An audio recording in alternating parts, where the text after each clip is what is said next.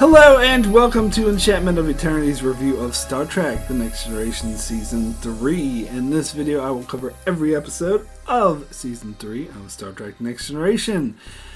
So this video is part of a series of videos where I'm covering every season of Next Generation, trying to cover all the episodes of the series, give my thoughts on each season. So, Season 3. Well, I kind of talked about this a little bit in my Season 2 review, but Season 3, the drastic change, upscale in quality between this season and the previous two seasons, the first two seasons of Next Gen, is unprecedented. It's absolutely amazing. It's a night and day how much incredibly better this show is. Now, if you watch my reviews on Enterprise, I kind of said the same thing there about their change between season 2 and 3 with Star Trek Enterprise, which was also like incredibly different. In fact, I think I might have said in that video that it was even greater than the difference between Next Gen season 2 and 3, but I don't know about that. If I said that, I think I might change my mind about that, because I did hate Enterprise seasons 1 and 2 more than I hated Next Gen season 1 and 2, because as I mentioned in that video, like at least Next Gen, like the base work was there. Like the characters were all there, Riker, Troy, Guinan. You had the interesting characters, and you had a few good episodes in the first two seasons. But I think that season 3 of Next Gen just impresses me even more than season 3 of Enterprise. So that's why I would say the difference here is probably the largest in any TV show ever of how much better it got just between seasons. It's just unprecedented. It's absolutely amazing, because a lot of people forget that nowadays, that Next Gen, even like when Next Gen was in its heyday, they think, oh, people always love Next Generation. They forget that the first two seasons were horrible, and that's all anyone had to go off of. People had no idea the show was going to get better. They thought that this was it, that it was always going to be that silly and bad, and that's what Next Generation was. They had no idea that this is what it could be until this season came out, which frankly, it's like, again, unprecedented. But more than that, I did a video once where I ranked every single season of Star Trek, the entire Star Trek franchise, all the shows. I ranked them in order of my least favorite to favorite. My number one was this season here, Next Generation Season 3. And after watching it, I stand by that decision even more firmly. I really see why I would say that this is the best season, because I look at some of my other favorite seasons of the Star Trek franchise, like Deep Space Nine Season 3, or Deep Space Nine Season 6, or Enterprise Season 3, or Voyager Season 4. And all of those seasons I love because they have so many great episodes, but they all have a couple of duds. They, every season does. And I say this, I've said this before, there's no such thing as a perfect season, because every season has bad episodes. This one does not. At least not in my opinion. I know a lot of people have different varied opinions. I just watched this other YouTuber who thinks there's like 3 or 4 really, really horrible episodes this season. I personally disagree. I said before how I give every episode a rating between 1 and 10, and I consider ratings 1 through 5 to be negative ratings, and ratings 6 through 10 to be positive ratings of various degrees. Like obviously 5 and 6 are kind of, they're both the okay range, but one's a negative okay and one's a positive okay. There wasn't a single episode this season that I gave a negative rating to. Now there was I think 2 episodes I gave a 6 to. But it's still positive. There's not a single episode I gave a negative rating to. Which as we get through these episodes, I know there's a couple episodes people are going to disagree with me on because they're generally considered bad. I personally didn't think they were that bad. And I don't think there's ever been a season of television ever. Maybe some of these shows that had like 8 episodes per season. Certainly not one that has more than 20 episodes, where I never gave a single negative rating for. So that is, so after saying that, I'm like, this is why I think this is the best season of Star Trek, and possibly even up there with some of the best seasons of all time. Yeah, I wouldn't go that far. Now, because let me just really quickly go through the ratings that I give, and you can see how positive my ratings were for this season. So I gave 6, 7, 10, 7, 7, 7, 7, 6, 7, 9, 7, 7, 9, 8, 10, 10, 8, 8, 7, 7, 7, 8, 7, 7, 9.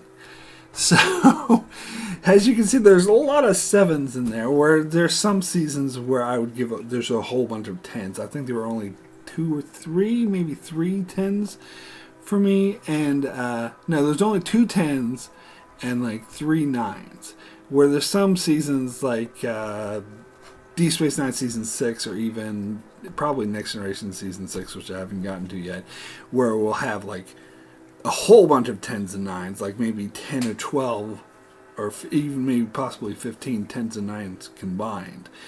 Not to mention some like of more modern shows like Game of Thrones and The Expanse, where you'll see a whole bunch of 9s and 10s. So it's not so much that this episode, every episode of the season was amazing and blew me away. It's just the lowest rate. You see how many 7s there are, and 7 for me is a good episode. It's maybe not outstanding, but it's decent. And there's only 2 episodes that got a 6, which is still okay, which is still fairly good. And so the season was more consistently good than any other season ever, especially a 24 season episode. Now, I say the same thing about Deep Space Nine Season 3, which is also one of my favorite seasons of Star Trek, even if for some reason some people hate it. But even because, like, I think these 2 seasons are similar, where you had a huge uptake in how much the quality got better, although admittedly Next Generations was the difference is much, much greater. But they're also similar in terms of they were consistently good repeatedly. But even with Deep Space Nine Season 3, there's Distance Voices, which I said is one of the worst episodes of the entire show. I gave it a 1. And there's a couple other ones that got like 2s or 3s. Nothing got lower than a 6. That's how much I love this season. Now, getting more into like the behind the scenes stuff, of course, this Gene Roddenberry was so-called kicked upstairs. He had less control over what was going on. And a lot of the mayhem, particularly in season 1, was attributed to him and some of his bad sort of leadership skills and people getting fired right and left. Where season 3 started to get a more stable, more peaceful, shall we say, writer's room. This is when Michael Piller took over, and Michael Piller and Rick Berman came to more prominence when Gene Roddenberry stepped back. Of course, Maurice Hurley got fired, which thank God. He was obviously bad for Star Trek. And Michael Piller, I really credit him so much for making Star Trek great. I don't think Star Trek, a lot of people say, oh, Gene Roddenberry, he did the original series, he had Next Generation was his baby. Sure, he had the vision. But I don't think, in retrospect, like, Star Trek, the original series, would always be classic. But it's remembered a lot more, like, 50, 60 years later, because of the spinoffs, because of Next Generation, because of Deep Space Nine, because of Voyager, Enterprise, all that. And none of that would have succeeded without Michael Piller. The Star Trek franchise would have been dead. Those first 2 seasons, there's some good parts of it, but they're not good. If Michael Piller hadn't come in and done such a drastic change to make this show, oh my god, so much better, the Star Trek franchise would have been dead. And I don't think enough people credit him for that. Now, he's not perfect. He's done some bad things, some poorly written things. Star Trek Insurrection example. Although I kind of blame Rick Berman, because Michael Piller's original version for Insurrection with the Romulans was way better, but Rick Berman shot it down. But anyway. But Michael Piller's repeatedly was responsible for some of the best Star Trek ever. And over on Voyager, when he got fired from Voyager, I think the quality of Voyager went like Voyager did the opposite of Next Gen as far as between season 2 and 3. Instead of the quality going up, the quality will crash. Although I know some people disagree with me on that, but people are entitled to be wrong if they want to be. Sorry. Anyway, I mean, season 3 of Voyager was terrible. But anyway, sorry. This is about Next Gen. So you can see, and of course, a lot of other writers first got their start here. R. Stephen Bear, Ronald D. Moore, I think Brendan Braga came in. Maybe he was more of a season 4 guy. Actually, he came in sort of at the end. I think he had some part in the end of the season, I'm not sure, but he was more of a season 4 guy. But really, this is when the show really cemented and came together, and you could tell that the cast was a lot happier, the writers were a lot happier, the set design looked better, everything about the show was just like so much better. Anyway, let me go ahead and get into the episodes proper. Let's start with the premiere episode of Season 3, Evolution. Now, should be noted that Instance of Command was actually filmed first and Evolution was filmed second, but for some reason they decided to show Evolution to air first. And well, the main reason is because they wanted to highlight the return of Dr. Crusher, because Dr. Crusher was barely in Instance of Command. She more prominent role in Evolution, and they mentioned that, oh, you're back, and it's about her relationship with Wesley. So that makes sense to me. I'm not sure why they didn't just film it first. I guess they didn't think about it. Maybe Instance of Command was probably the first idea they came up with. But anyway, this is one of those episodes I mentioned I gave a 6 to. So it's one of the lower ones of the season, even though it's definitely not a terrible episode. It's kind of a meh episode.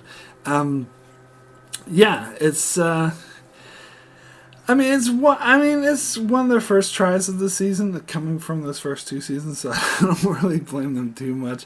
But there's not much meat on the bones of this story. It's not that interesting about some scientists sending out an egg to do a cosmic experiment that I don't really care about. And of course, the nanites the nanites were somewhat interesting, which made this episode, good. Tolerable, not terrible. It was the nanites is an interesting idea, and how they take over and the scientist dude shoots a computer thing, killing them, and they try to kill him back. So that's all interesting, and it ends with a negotiation where the nanites speak through data. So that's all well and good, but I just don't think there was enough meat on the bones of that plot, and most of it was about Wesley feeling guilty about doing his experience, and plus the whole premise that Wesley creates an entire advanced species of nanites that will now go off to control their own planet. It's because Wesley was doing a school experiment. I roll. Come on. Stop making Wesley as such a fucking Mary Sue super genius. That aspect of this pisses me off. But still, I do like the personal character actions between Wesley and his mother. Between Wesley and Beverly in this, and plus I talked about in season 2 how much better I like having Dr. Crusher and Dr. Pulaski. When I saw her there, I was like, oh my god, thank God you're back. Where have you been? We missed you so much. I don't understand how anyone could like Pulaski better than Crusher. Crusher is a really good character, but anyway, sidebar there. Let me go ahead and get to the next episode, which is, of course, Instance of Command, which I mentioned was shot first. Now, this is another really good episode that I don't remember being that great. I remember it being kind of bleh, thrown away, but I'm not saying it is great, but it's decent. It's a good episode. I do think this is another case. Again, season 3, they are taking their time they get really, really good. So we gotta ease into it after those first 2 seasons. But this is another example of an episode that needs a bit more to it. It's a great idea, and there's some good things in this episode, but it needed a little bit more to flesh it out more, particularly the plot with Data on the planet, because they have this interesting relationship between him and the woman he meets there, which, I'm sorry, I can't remember her name off the top of my head. She's kind of a forgettable character, to be honest. And it's kind of a precursor to what they did with Data in Season 4 with In Theory, when he had a full-on romance.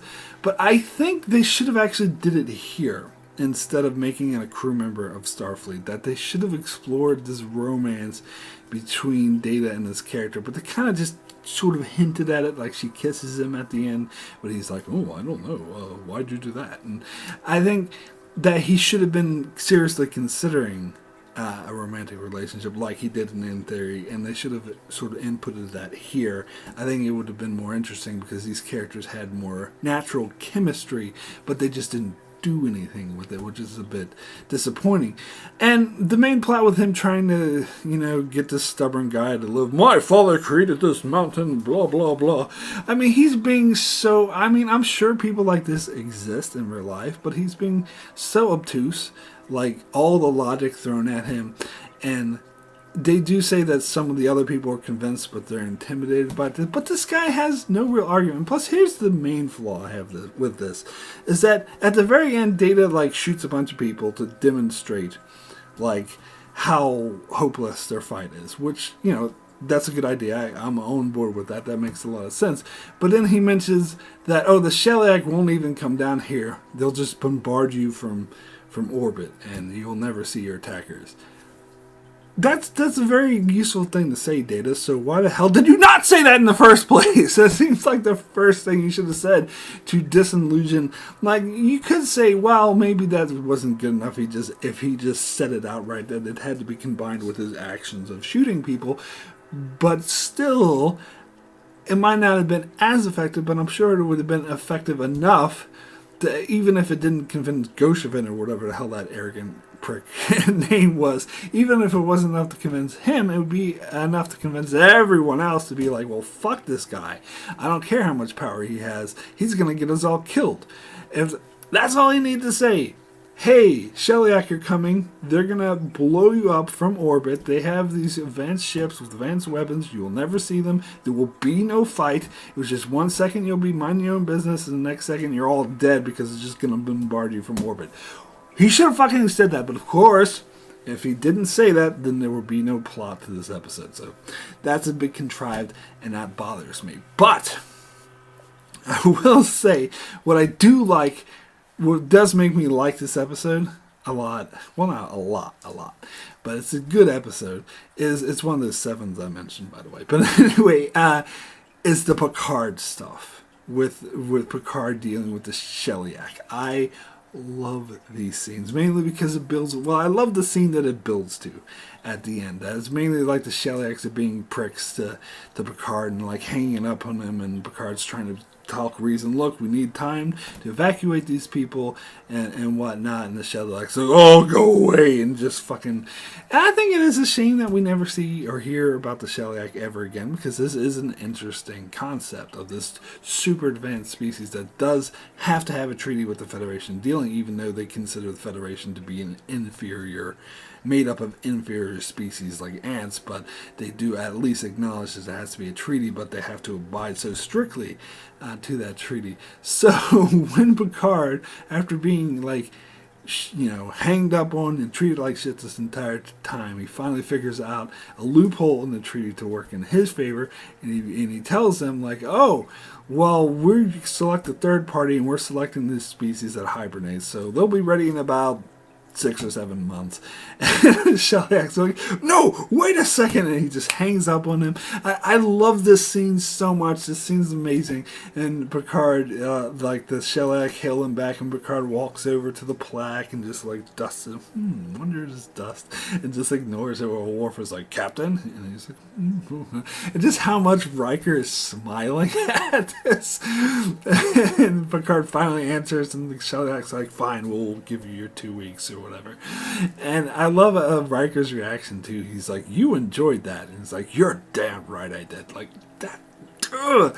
This is when Star Trek really came to its own. This is just good stuff. Anyway, let me get into the next episode, which is The Survivors. Now, I have done a full-length review of this episode you can check out if you want more of my thoughts on. But I think this is one of my favorite episodes of the entire show. I've repeatedly had this in my top 10, even though it's not one of the more popular ones. I have gotten a lot of pushback for putting this in my top 10. A lot of people saying, why would you put this episode? Doesn't really deserve to be. I beg to differ, and I will continue to beg to differ, particularly after watching this episode. Again, this episode is amazing. This is everything I love about The Next Generation. It's everything I love about the character of Picard.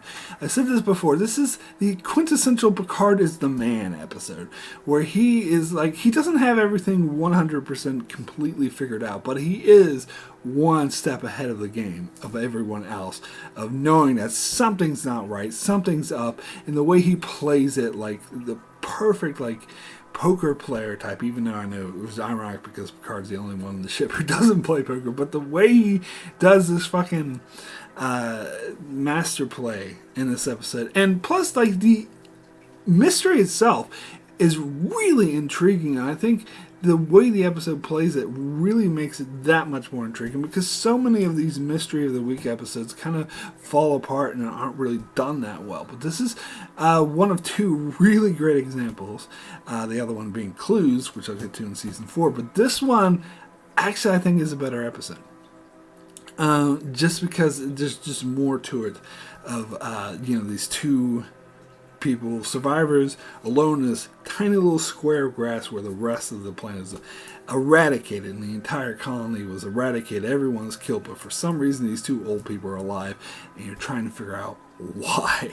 I mean, that is an intriguing mystery. And of course you have to mention Worf beaming down there and going, "Good tea, nice house." Like, it's a great Worf moment as well.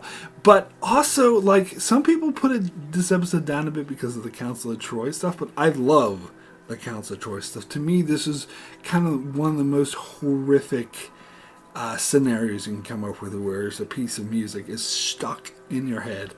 And you might think, oh, that's silly because I get songs stuck in my head all the time. No, it's not the same damn thing. Not at all the same damn thing of having it constantly 24/7 playing with perfect clarity from start to finish over and over and over again. That is horrifying.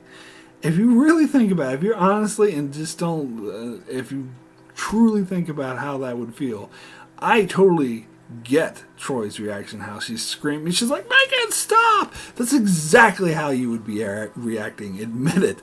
That's absolutely horrifying. And the fact that Crusher can't do anything about it, she's completely perplexed. Like, and even what's even more a terrifying thought to me is that when Crusher puts Troy in the coma, terrifying thought is that she's still hearing that music even in a coma state. So, but it's so interesting that Kevin Ochberg does this because he knows that Troy can figure it out with her empathic power, so he wants to block her from finding out. Which I love, because I think a lot of time Troy's underused, which a lot of writers don't know how to just forget or ignore the fact that she's supposed to have empathic powers. But here they acknowledge it and they deal with it instead of her just not knowing stuff she should fucking know. Here they acknowledge that she could solve this mystery. She could figure this out, and that's why he takes her out in such a nasty way. And of course the revelation that he's this powerful being who, like, wiped out an entire species for 1 second of rage. It's just a powerful ending, a very powerful ending. This is everything I love about Next Generation. This episode is fucking amazing. Anyway, I take back what I said. I said before there's only 2 10s in this season. Actually, there was 3 because I forgot about this one. This was the 3rd 10 that I gave. Anyway, let me get into the next episode, which is Who Watches the Watchers? Now, this is another one I did a review. In fact, this was the first ever Star Trek episode I did a full-length episode of review for, so it's a bit outdated. But this episode's okay. Like, this episode is a bit controversial because it's seen as the atheist episode, the preachy, oh, God doesn't exist and religion's bad episode, which I talked about my full-length review. I don't think it's quite that. I don't think it's that simple. I don't think it's necessarily bad-mouthing religion or spirituality or belief in a supernatural being in general. It's more of putting down organized religion. And plus, the main point that I think a lot of people miss from this episode is that Picard is not against religion or even organized religion in general. He's against there being a religion based off of him because it's his fault. Naturally, the species would not create a religion, but because of his interference, because of Starfleet, because of the Enterprise visit, they're going to change the course of the whole culture. And it has a lot more to do with that than just bad-mouthing religion or being an atheist or whatever bullshit people say. Personally, that is my view on this episode. So it's a very interesting intellectual exercise. The discussions that Picard has, and particularly beaming up the woman who's the chief or whatever of the particular town, and convincing her that he's not a god, that he's just normal. This is all good classic Star Trek stuff. But the actual plot of the episode can get a bit dull, and plus, as I said, I get a bit irritated with, the entire planet where there's 14 people that they show on the screen. It's really? Planets usually consist of millions of people. Well, billions, but you could say early stage of development, maybe you could get away with just millions, but still 14 people, and that's the entire planet. Come on, guys. and so the actual course of the episode, and plus the guy who's freaking out and being a bit obtuse, it's you're the Picard. It does make it sort of a classic line. I heard people reference this in real life stuff that has nothing to do with Star Trek. It's I'm the Picard or you're the Picard, which is great. And yeah, it is great the way that they use that. But I don't know. I just think it was something silly about how that guy was willing to shoot Picard or whatever. But so it's a decent episode. It's just not great. Anyway, let me now get into the next episode, which is the bonding. Now, this isn't... If there was any episode I thought I'd give a negative rating to, this was one of them. But after watching it, I realized it's actually fairly decent. Now, why I don't remember this episode very fondly is because the main thing I remember is Jeremy Astor and how his mother died, and Worf wants to do the bonding, which is what the whole title, the name is, which is probably why I think of it first, and how the episode ends with Worf being bonded and we're brothers and they're they're part of the family now, and we never see this character ever again. Now, I've gotten into arguments with people about this before, about there's standalone episodes all the time, but here's the thing. If something should have an impact on a character's life and should impact their character and be an important character story, and we never see it again, that's a problem. I don't care what anyone says. It is not excused by, this is episodic storytelling. Fuck that shit. And you could say, but Next Generation in general is episodic. But no, there's a lot of examples of Next Generation having something important happen, and it sticks. As it should. I talked about this a lot in Season 2 with the episode The Emissary with Kalar. That I actually give that episode a lot of credit because they actually followed up on that in later seasons, that it actually meant something, and they touched on it again. And don't give me that shit about, everything's standalone. Bullshit. Q keeps reappearing, Barclay keeps reappearing, Traveler keeps reappearing, Vosh appears a couple times.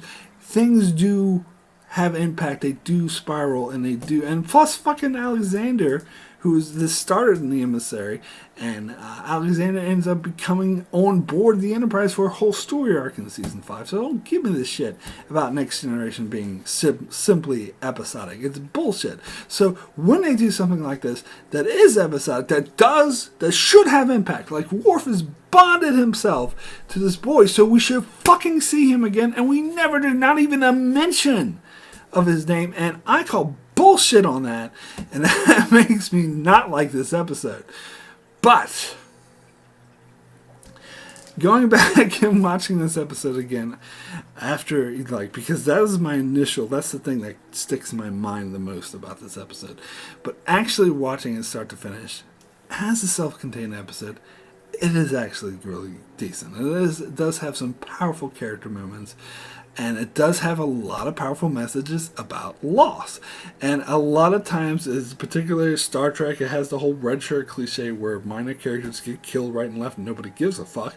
Here, a minor character gets killed, and it's the basis of the entire episode. It says how impactful every life is, and I like that. And I like how they even discuss this, like Riker and Data have a conversation about this. It's like, how come I don't feel her loss as much just because I don't know her? And Riker's just like, hey, that's human nature, maybe we should. And so they're kind of addressing the whole red shirt cliche, which I love.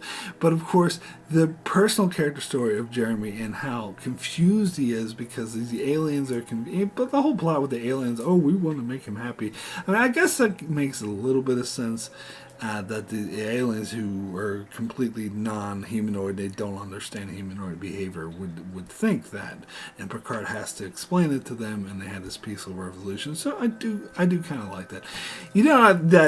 This is the first episode Ronald D. Moore worked on, and his original idea was to have the kid just go on the holodeck and recreate his mother, but fucking Gene Roddenberry still had some say, and he was completely shot that down and be like, people in the 24th century don't grieve, which is bullshit.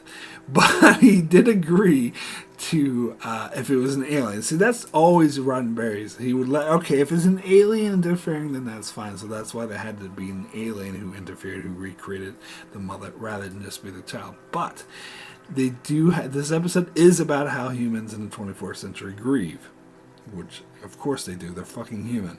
So and I think, it talked about Wesley and him relating to his backstory of learning that his father died and how he's still resentful for Picard. Like, that is all good stuff. So it's actually a good episode. They convinced me it was a decent episode, but I still fucking hate the fact that that ending scene where it shows the bonding. I'm like, it enrages me. Anyway.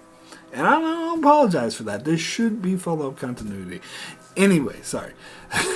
Let me get into the next episode, which is Booby Trap.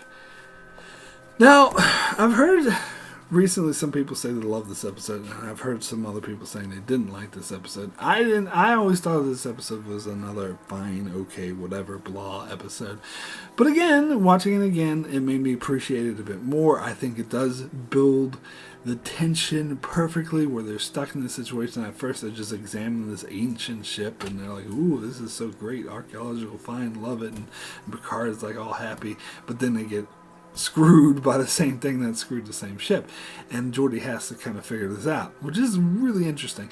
Now, I should note that when I first saw this episode, as I mentioned in previous reviews, season 3 was actually out of the first 5 seasons, because I started watching Next Generation for the first time in season 5 when season 5 was airing, so I had to go back and watch the previous seasons, but they're all out of order. So season 3 was actually the last season I saw. So I saw season 4, most of season 5, season 1 and 2 before I saw season 3. So I'd seen the Leah Brahms appearance in Galaxy's Shot in season 4 first. So when I saw this episode, it's like, oh, this is the episode they were referencing when Geordi went on the holodeck and recreated Leah Brahms. So it make more sense to me. But still, I watched that in mind with the idea that we would meet the real Leah Brahms later, and that makes a lot more sense. When I try to think of this in the context of seeing it for the first time and not knowing we're going to see the real Leah Brahms, it doesn't really make as much sense to me. This makes more sense to me as a prequel. Maybe that's because that's the order I was introduced to it, but I don't understand. Like, if we never saw her again, that whole Jeremy Oster thing, but if we never saw her again, I don't see what the point of this would be. Why does Geordi go on the holodeck and create a holographic version of a designer of the Enterprise, where he has a whole fucking team of engineers that he should be working with? Like, that doesn't make any sense to me. I kind of build it up to, this is a prequel to build up Leia Brahms, but that's just my mind. That's not actually how they wrote it. So I think that's a bit silly. But I do like some of the, and plus I don't get it. It's about like this. The episode starts with Geordi having a bad date and on the holodeck, and how he's terrible with women, but then he totally scores with the hologram. Like, how does that that just makes him out to be a bigger loser, doesn't it? I don't know. But anyway, I did like the suspense part of the episode, how the Enterprise was stuck and how they have to figure out the way. I think that was a successful through line, which made me really like this episode. But the one thing that always bothers me and will continue to bother me regardless of anyone else says, Picard should not have been the one to pilot the Enterprise out of there. He's not a fucking pilot. He's the captain. I mean, it's like, I think there's sometimes in Star Trek and other shows that have too much of, the captain has to be the hero. So if there's a heroic moment, we have to give it to the captain because he's the main character. And I personally think this is the worst example of that. Every time I think of that cliche, I always think of this episode because it makes no fucking sense whatsoever for Picard to pilot this ship. He's not a fucking pilot. It should have been Geordi. That would have made perfect sense for the episode itself because it's a character episode about Geordi and about him trying to prove himself, so he should have been the one to fly it out, and it would have made a hell of a lot more sense since it was his plan to begin with. But if it wasn't Geordi, like, you could argue, well, it shouldn't be Data because the whole point is it has to be a human being and not a computer.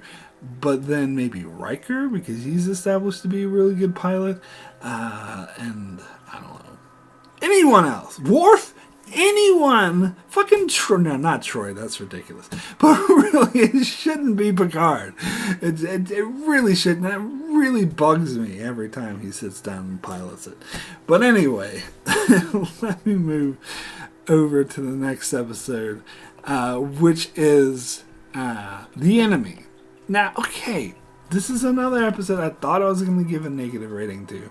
I liked this episode a lot when I was a teenager, when I first saw it, but in more recent years, I thought very poorly of this episode because I just saw it as an Enemy Mind ripoff. If you don't know, the movie Enemy Mind came out in 85 with Dennis Quaid and Louis Gossett Jr. as a sci-fi human fighting this alien. They both get stuck on the planet and they have to work together and overcome their differences, and they end up bonding. I talked about this in Enterprise because they had an episode that was absolutely terrible called Dawn, and I even said how they was ripping off this episode as well as Enemy Mine. We'll just copy the episode The Enemy. Fuck. And that episode was terrible, and because of that, it made me think lesser of this episode, that this is just another Enemy Mine ripoff. But they actually do a good job with this episode. This is actually a really interesting episode because I think they do a great job developing how Geordi and the relationship between Geordi and Bacra. I always remember that. It's a Bacra, a very strong Romulan name. But anyway, and I think their interactions made a lot of sense, and how Bacra was just repeating like the state line of, Romulans are so superior to everyone, and Geordi's able to sort of break through that. And also, this is when the season 3, which I'll get to, more as this season goes on, is that they really cement that the Romulans are the main villains, because we've seen them like twice before this, and so there wasn't really a main villain. But this is one. This is the first of the episodes, but you'll see it recurring throughout the season that they're really like hammering it in that the Romulans are the main villains, which will become a staple of the rest of the show, and I think that's a good thing. But anyway, we also get the story of Worf refusing to save Romulan's life because of they killed his parents, and he's basically being racist towards Romulans, biased against all Romulans everywhere. And of course, it doesn't help that the Romulan's life, who he's supposed to save, is a huge asshole who is being an asshole to him. So that doesn't help matters. And of course, he just lets him die. And how that could start a war, basically, and create a huge diplomatic incident, and how Picard doesn't order Worf to do it, even though it could start a war. Really interesting stuff. And of course, the final scene where they all, the Romulan ship and the Enterprise are right head to head. They could start shooting at each other, but instead Picard uses diplomacy. And again, this is what makes Next Generation. The whole diplomacy will win the day thing. It's just amazing stuff. And Picard beams the Romulan Bacra on board, who vouches for Geordi, and everything's safe. It was good stuff. But I still wouldn't say this is like an amazing episode or anything because of it is kind of just doing enemy mine. Let's be honest here. Anyway, but it's better than I remember it being. So let me get into the next episode, which is The Prize and No Prize. If you've seen my season 1 review, you know what I'm referencing. But anyway, The Price, which is the first real Ferengi episode, let's be honest here, because the Ferengis appeared twice in season 1 and once in season 2. Well, in season 2 they were like in it for like 2 seconds or 2 minutes or whatever. Doesn't really count. In season 1 they were like, I'm being silly. I'm like, nah, fuck this shit. Let's get rid of them, because they wanted the Ferengi to be the main villains, and they weren't really villains. They were just goofy and nobody liked them, and nobody found them the least bit threatening. This is when they finally made instead of just scrapping them entirely, which they could have easily done and saved us from a bunch of horrible Quark episodes on Deep Space Nine, which were but they decided to make the Ferengis comedic, and I actually think it really works. And again, this is another episode I think that I wouldn't really like all that much, because I remember that Devanali Ram guy, or whoever the hell his name is, being a very sleazy, cheesy character who I can't stand, and that is still the case. I will grant you that. And I don't buy that Troy would fall for this Schwarmy asshole. I'm sorry. That's just me. Maybe I have a higher opinion. Maybe I'm giving Troy more credit than she deserves, but really, that such a Schwarmy. Oh, I'm in it all the way, Commander. Fuck that guy. But anyway, I actually like the way the Ferengi are portrayed, and I can see why the Ferengi stuck around as a comedic race, recurring alien after this, because they actually did a decent job. Like when the Damon guy beams over and joins the conference, and like, no, you can join. He's like, why wasn't I invited? They're like, don't worry, you can join or whatever.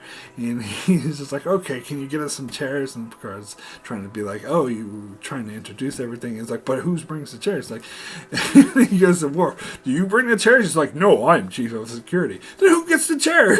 Like, I thought that was a great scene.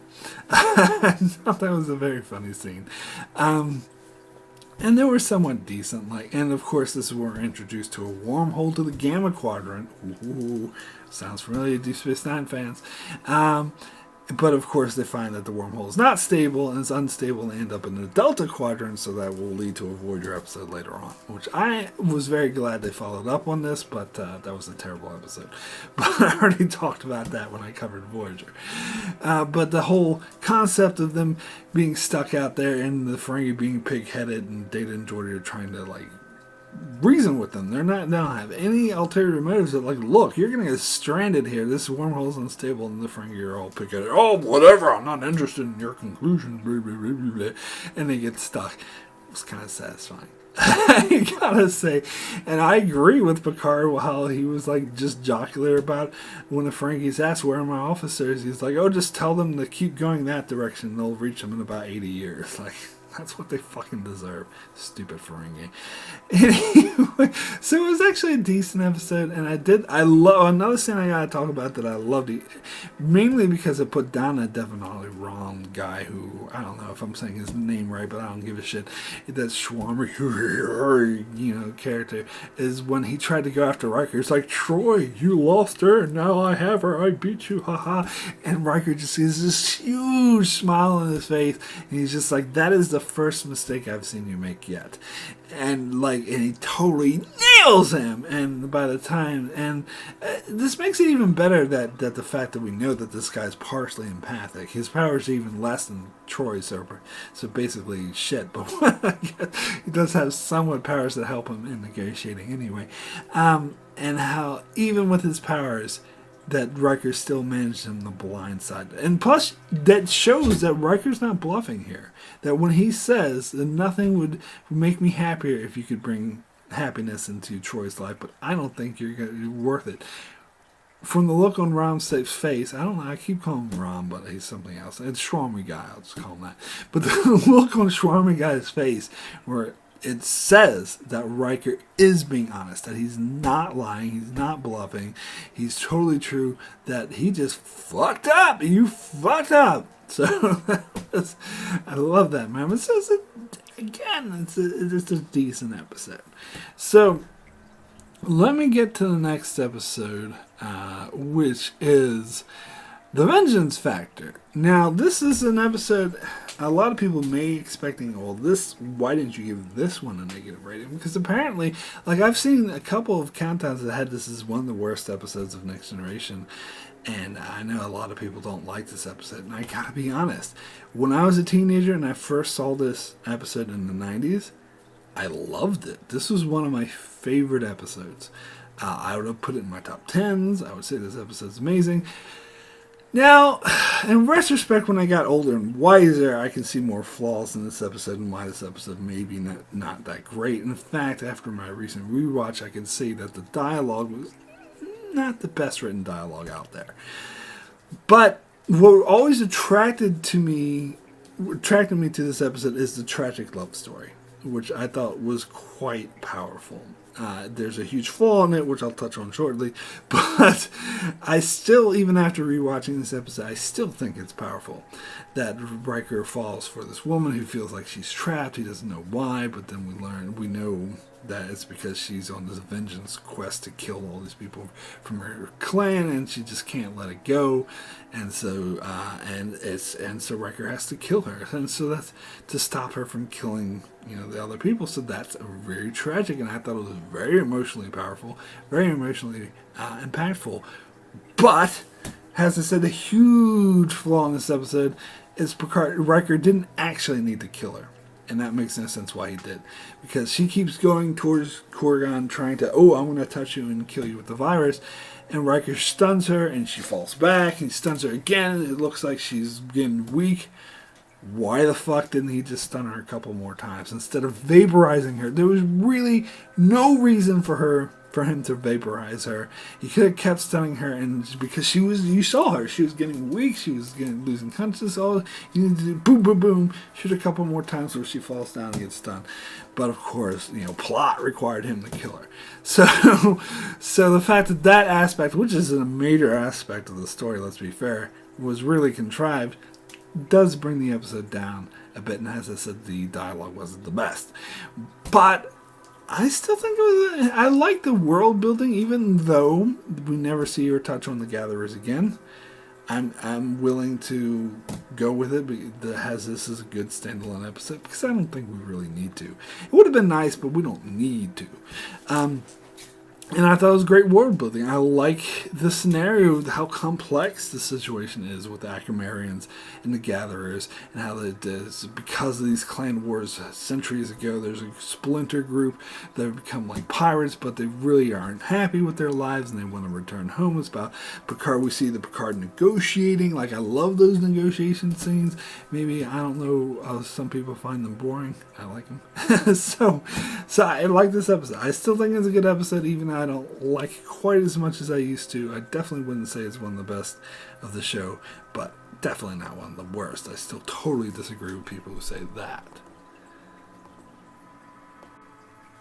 Alright, so then we get into the next episode, which is the Defector, which I remember loving this episode. I have a weird relationship with this episode. The first time I saw it, I thought, kind of lumped it together with The Enemy, because there's two Romulan episodes that happen like so close to each other, and they both have Commander Tomalak in it. So I always got these two episodes conflated. As I got older, I started to realize that the Defector was the better episode, and more recent years, like when I was in my 20s and 30s, I would say the Defector is actually an amazing episode and one of the best of season 3, and way better than The Enemy. Watching it again, it wasn't quite as good as I remembered, I gotta be honest. But I still think it's a good episode. I still think it's a great episode, in fact. Just maybe, okay, I gave it a 9, not a 10. Because it's not quite like one of the best of the entire show. but it's still really good. I think it's still definitely better than The Enemy. But I don't know. Like, I think, of course, the character story with the Romulan Defector was done extremely well. I like his through character story about how he doesn't want to see himself as a traitor. He's doing this to stop a war between the Romulans and the Federation because he knows the Romulans will lose. Even if they win, they lose. That just too many people will die. And so he's willing to defect to the Federation, but he still doesn't consider himself a traitor, so he doesn't give up like vital strategic information or specific military deployment information, and that's what makes Picard and everyone else doubt him more. And I think that was a really effective through character story. And I like how he has this sort of conversation with Data that kind of brings him around. You're the android. That was like really effective. And that scene with Picard, like that was amazing when Picard was dressing him down and was like, "You're a traitor, sir! Make your peace!" Like that was a great Picard scene. And so we have a lot of like really great character moments, and the fact by the end of the episode he kills himself because he doesn't want to live in the Federation was actually really powerful. And of course, the whole thing, well, he killed himself partly because he learned that what he did was all for nothing, because the Romulans actually weren't going to go with to war with the Federation. They were just tricking him into thinking that to force his hand because they wanted to test his loyalty, and he failed the test. And so Tom Locke and the Romulans are going to use that as a ruse to destroy the Enterprise and bring it back to show the Romulans as a token, as a symbol to others not to defect to. And it's very like the way they portray the Romulans as statists who are very sort of authoritarian and all about like brainwashing people. Like that's really real to life and realistic and really well done. But, as exciting as that scene was when the two Klingon birds of prey, like, or three, I think, decloaked and like, aha, we got more backup. I don't know. That was a bit contrived to me. Like, why would the Klingons help them? And how would they know to have these Klingon birds of prey follow them? That seemed like kind of out of nowhere. And plus, you never actually hear the Klingons talk. You just hear Worf talking about them. Like, that always seemed a bit contrived to me, to be honest. And, as much as I like that ending, I don't love it. I don't think it's like, oh my god, this is an amazing, best thing ever. I thought it was good. Definitely. It wasn't bad. But I think it could have been better, if I'm being honest, which is why it didn't quite reach a 10 to me. But I still love the character interactions, the character exploration of the Romulan Defector, and he's played really wonderfully by this actor who we'll see like dozens of times. He keeps reappearing on Star Trek as different characters. He even plays Odo's sort of surrogate father, Pol, over on Deep Space Nine. He's a really great actor, so I can see why they kept bringing him back, and he does such a good job here. So it's still a really great episode, but not top 10 material for me. Anyway, let me get into the next episode, which is The Hunted. Now, this is an episode, I think at one stage, I loved this episode. I thought it was amazing.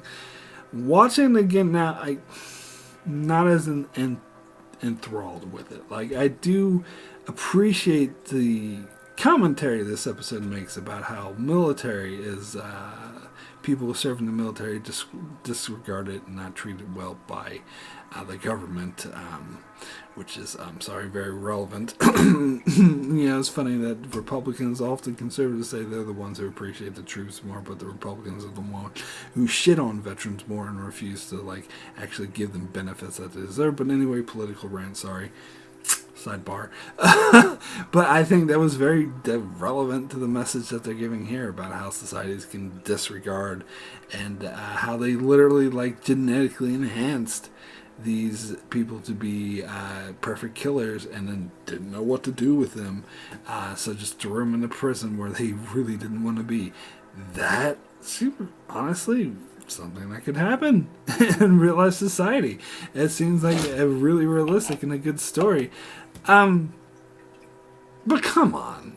He's not gonna outsmart the Enterprise and outsmart Data. Get out of here with that bullshit. That does hold the episode back for me a little bit. Plus, I think, honestly, the actor who played, I think his name is Roka Danar, he's not very good. He's not very convincing. Oh, I could kill you, android. Like, come on. He seems fake. He didn't quite sell it to me. I think Marita Sirtis and Brent Spiner do a great job, but they're playing after this guy who's not that great of an actor. And I gotta be honest, I remember seeing this commercial a couple years, like around the time I was watching this, so a couple years after it came out, because I watched it late. And there was a commercial where it had that same actor. It was a salad dressing commercial, and it was like, oh, you always have to choose between Italian and ranch. Those are your only two choices. So the Italian, they had the stereotype cliche Italian. Oh, I'm Italian, mamma mia. And they had ranch. They had this actor who played Roka Danar being like a cowboy sitting on a horse going, yeehaw! And it was such a stupid commercial. And I'm sorry, I cannot help but think of that commercial every single time I see this episode because he's not a good actor. But other than that, I still like it. I still think it's an interesting episode. Fascinating enough. As I said, I love the commentary. I think the plot of the episode was a bit contrived, but still interesting, still engaging. So, good episode. Anyway, I'll move over to the next episode, which is The High Ground. Now, it's funny, I always lump those two episodes, The Hunted and The High Ground, together. Maybe they're both titles both start with H, and I don't know, they always seem similar to me. This episode, I don't know. I remember not liking it all that much, but again, watched it again. I thought it was decent. I liked the character interactions between the terrorist guy who kidnapped Crusher and the sort of Stockholm syndrome that she was experiencing. The commentary about terrorism, this was a very 90s way of looking at terrorism, and that is looking at more from the perspective of like, obviously this is extremely obviously a allegory for the IRA and the whole Irish and England thing, and that's sort of where this perspective is coming from, whereas post-2000s would look more of like Middle Eastern terrorism and stuff, so it would take a totally different perspective, which they do over an Enterprise. But, at least it was a much better actor playing the villain, I will say that. And as I said, I buy his sort of relationship with with Crusher, and how he overreacted from Riker, asking to talk, and thought, oh, the Enterprise are getting involved, so let's destroy the ship. Like, those things felt consistent, and the whole thing with the interdimensional shifting, and that's how it gives them an advantage, but it's killing them, and that's why they need a doctor. Like, that was all interesting stuff, but I don't know. Something about the whole terrorism aspect. Okay, the one thing that constantly bothered me, and maybe I'm missing the point, but the whole political situation in this episode is they presented the copies working with Riker presents it. Our nation had taken over this other nation, and they want their own independence, and we denied them. And they keep use that as an excuse for terrorism. So the whole thing I kept asking throughout this entire episode: why not just grant them their independence? I know a lot of people will think that's stupid or naive because you're giving in to terrorism or whatever, but really, if it's caused this much problem throughout history,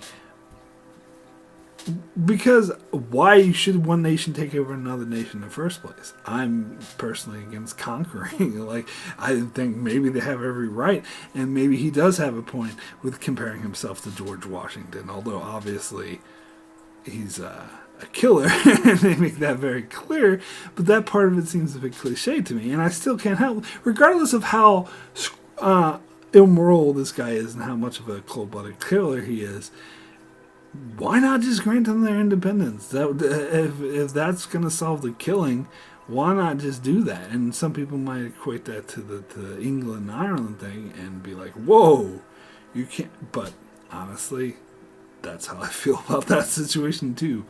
It seems like an evil empire just wants too much territory and they're being greedy. I don't know. There's a legitimate argument to be made for not giving in to terrorists, but still, I can't help but see it that way. And especially in this episode, because it puts it in, it does the whole allegory thing. It puts it in simple terms, and like, oh, our nation took over this other nation. Well, why'd you do that? Don't do that.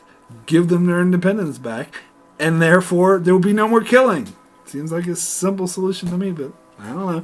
Maybe you could say, well, the situation might be more complex than that. Then they should have presented it as more complex. They did not.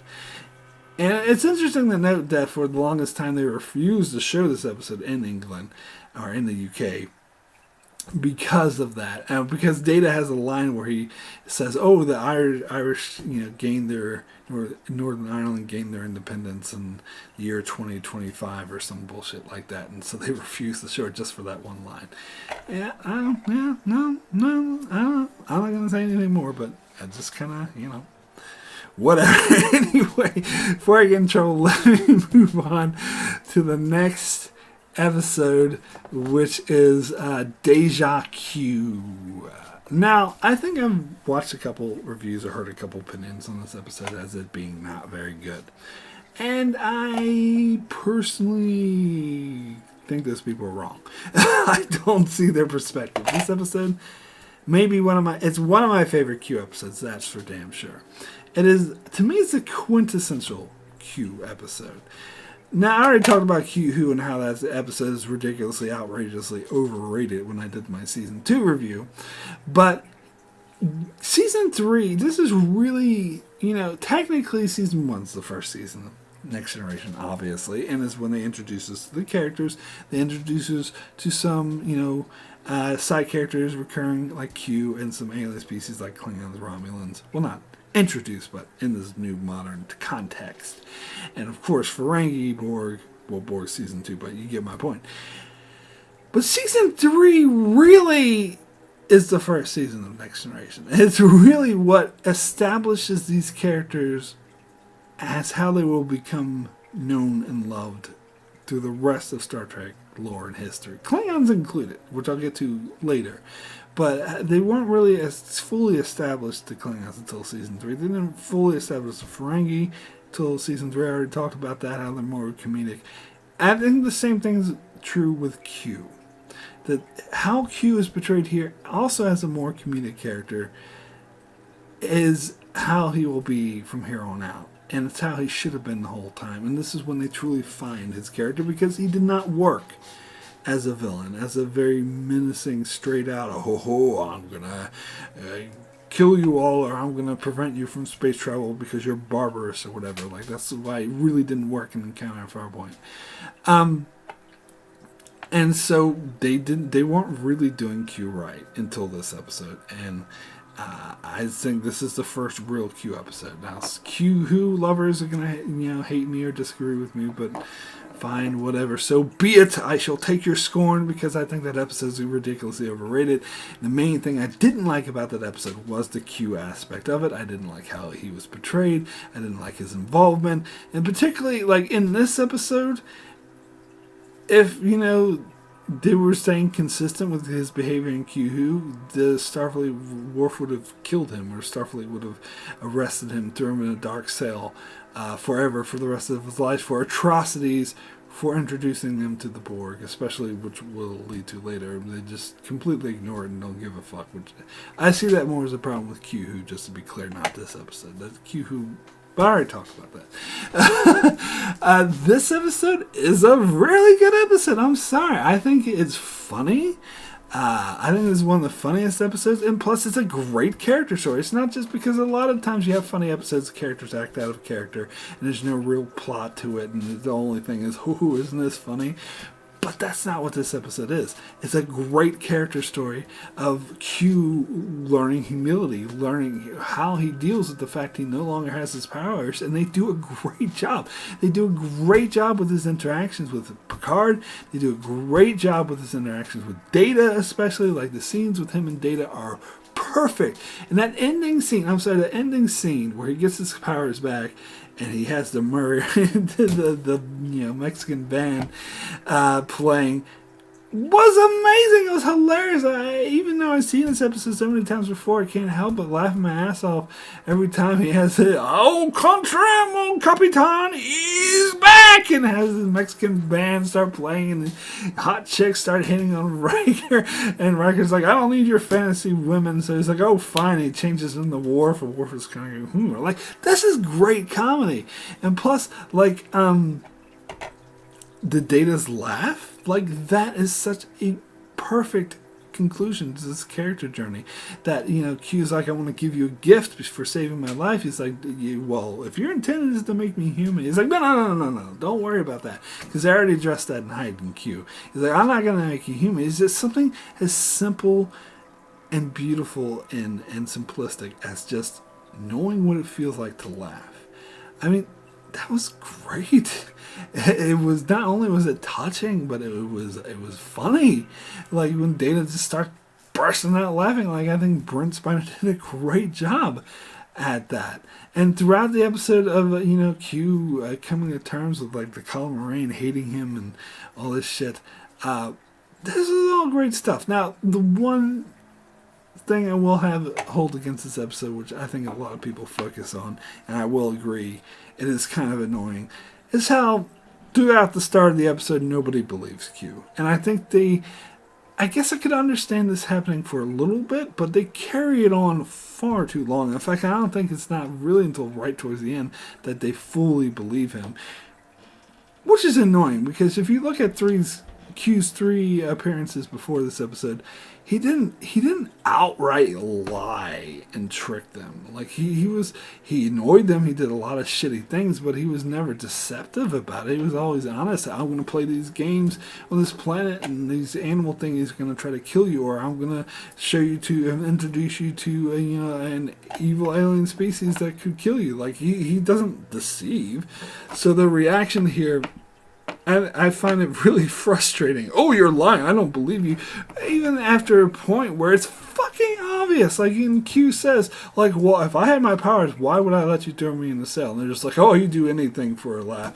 I'm like, you're being stupid now. I'm sorry. You should at least consider. And even when I think Picard eventually brings it up, well, there is the possibility he's telling the truth, and everyone else is like, oh, God, that's ridiculous. No, obviously he's telling the truth, you morons. That part of the episode is, I will agree, is frustrating. But other than that, I love this episode. This is one of my favorite Q episodes. This is a quintessential Q episode, in my opinion.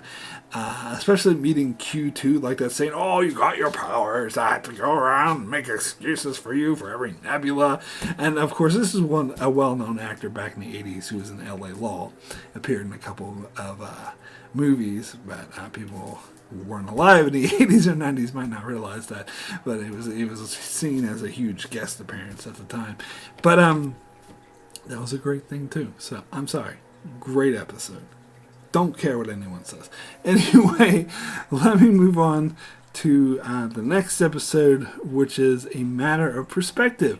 Now, this is another episode I've heard a lot of dung flown its way, because there's another, stereotypical trial episode. The main character is accused of a crime he didn't commit, something we've seen over and over again since Wolf in the Fold back in the original series. And this is I think this is the best example, one of the best, if not the best. I might be forgetting about something that's even better, but this is one of my favorite examples of this cliche, and it's taking towards its event. And I think the episode title really spells it out, A Matter of Perspective. And this is a theme this episode does an absolutely amazing job of playing on, and how entirely different someone's perspective of the same events, because memory is a really fickle thing. And I love how they recreate it on the holodeck, but each situation is entirely different. Now, I've heard the perspective that the degrees of differences from each person's point of view might be so great that makes it a bit unbelievable and unrealistic, particularly in the point where this one woman thinks that Riker tried to rape her, and in Riker's mind, she was hitting on him, and he was rejecting her. So how can things be so vastly different? Which I agree is a bit of a stretch. And Troy even points out, no, she's not lying. This is how she remembers it. So that might be stretching the premise a little bit. But I've had some recent personal experience, which I'm not going to get into, which actually reminded me a lot of this episode, how amazingly vast and different my recollections of certain events were from somebody else's. So actually, I kind of buy this more. People can remember things really fucking differently.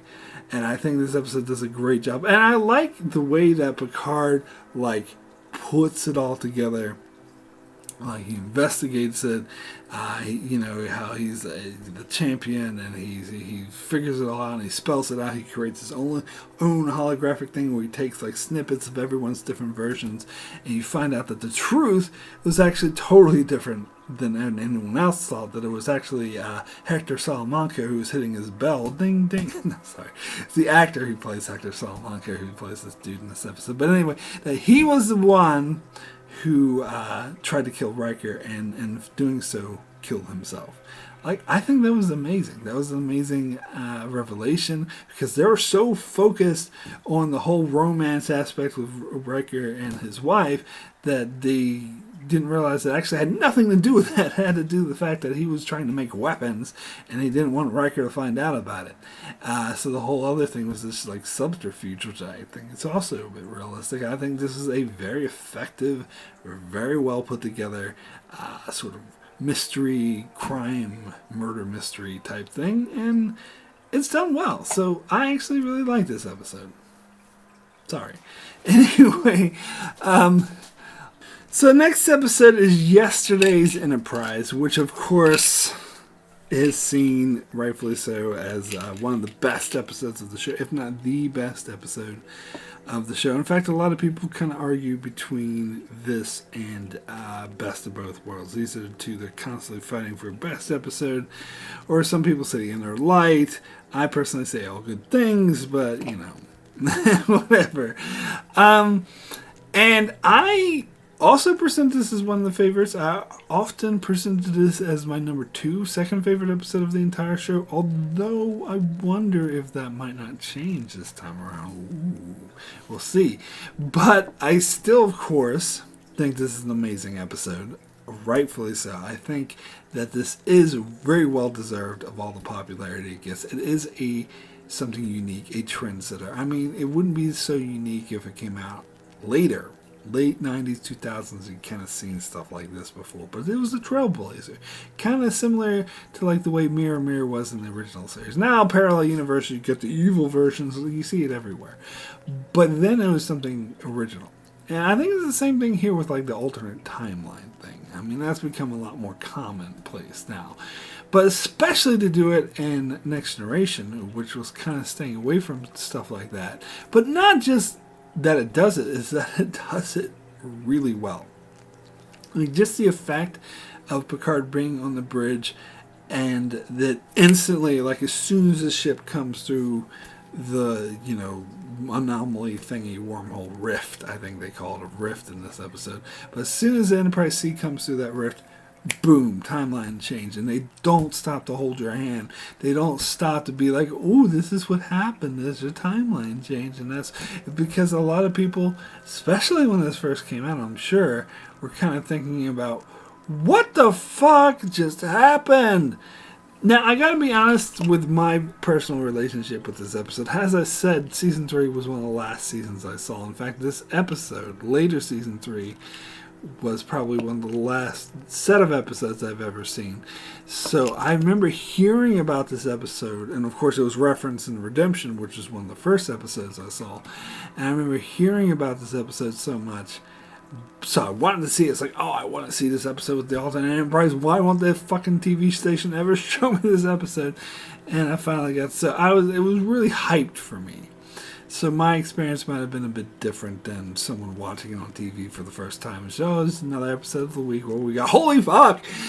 Whereas I was kind of expecting this great episode, and I wasn't disappointed. I got a great episode, and I could see why everyone liked it as much as they did. Of course, the character story with Guinan, I like how it starts with this conversation, Guinan talking to Worf about prune juice, and that turns into this whole thing where she's the only one who can somehow sense. This is one of the few times I think her species was done right. That whole thing in Q-Who was bullshit, but her like having this weird sense of time, and she can actually tell if something's up, but not the specifics. Totally buy that. That makes a lot of sense to me, and I think the way they use it as well. I like they're really subtle too about all the subtle differences. How Picard's a bit like uniforms are slightly different, the sets are slightly different. The characters' demeanors, the way they react is slightly different. Like that is all done amazing well. And again, they don't fucking hold your hand. It just boom. All of a sudden, Yar is standing where Worf was standing. No explanation. Like that was all done perfectly. And then you get the storyline with the Enterprise C thrown into that. And how, Captain Garrett, which I think is great, is one of their first introductions of Star Trek to a really strong female captain. I think there was a couple scenes in the background for a couple of minutes, but this is the first real sense of it. And she was great. I'd take her over Janeway, if I'm being honest. I like Captain Garrett. But, and then, of course, they kill her off so they can focus more on Shooter Gavin. Ha ha ha! I ate pieces like shit for you for breakfast. If you don't know what I'm talking about, it's a Happy Gilmore reference. The same actor, he was in Happy Gilmore, played the asshole douchey guy. But anyway, I couldn't take him seriously as a douchey asshole guy because I knew him from freaking Yesterday's Enterprise. Apparently, some people said he's been a villain in a lot of things, but I haven't seen him. Shooter McGavin was the only one. But anyway, digressing, this episode was amazing. The Yar storyline about her finding out that her death kind of had no meaning and she wants her meaning that it's just she goes to Picard. Like, that was a great scene. So this is an amazing episode. And of course, that fucking ending. God, I love that ending. It's so beautiful about how the Klingons are like destroying the Enterprise, and they're like, surrender. We order you to surrender your ship. And Picard's like, that'll be the day. And after he saw Riker die, he just climbs over and he's like he continues firing. Has the shot was beautiful where the flames start eating him, and like. It's just, and the music in this episode, the music is amazing. I think it's at least nominated for some awards, and for good reason. They had like a soundtrack on the CD. Like the music in this episode was like really punctuated it. It was just like so damn good. It increased, like this is Star Trek at its best. Now, if I'm being perfectly honest, even though I still love this episode, this recent rewatch, I wasn't quite as enthralled with it as I've been in the past. Part of the reason for that may be I've seen it so many goddamn times in my life, and somewhat recently as well. I did like a review for this not too long ago. So it may just like you watch something so many times it starts to lose some of its magic. So I'm trying to take that into account.